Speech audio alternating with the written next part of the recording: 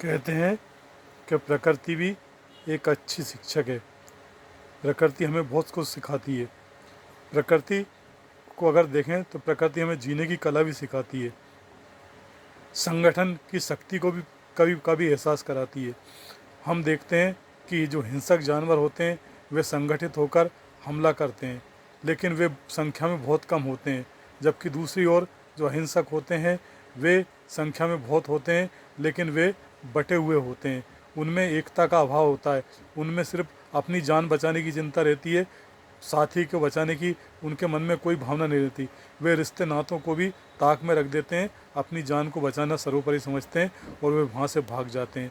वे वहाँ से भाग जाते हैं तो वे उनमें से जो हिंसक हैं, जो संगठित रूप से हमला करते हैं, वे उन लोगों को वे किसी एक को टारगेट बनाकर उसको नष्ट करके उसको मारकर खा जाते हैं। और बाद में जो वो देखते रहते हैं, वो संख्या में अधिक होने के बाद भी उन्हें ना इस बात का अफसोस होता, ना दुख होता, ना दुख भी होता है, अफसोस भी होता है, तब भी वो इस इतिहास से सबक नहीं लेते। जबकि उनको इससे सबक लेना चाहिए, पर वो सबक नहीं लेना चाहते और वो इसी तरह अपने आप को ख़त्म करते चले जाते हैं। ऐसे ही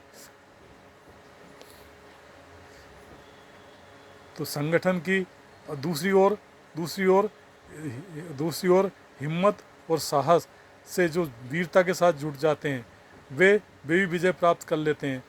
कभी कभी क्या होता है, पुराने समय में या आज भी जो डाकू होते थे, डकैत होते थे, वो संख्या में बहुत कम होते थे, लेकिन वो पूरे गांव पर कब्जा कर लेते थे, पूरे गांव को काबू में कर लेते थे और मनमानी करके लूटपाट करके चले जाते थे।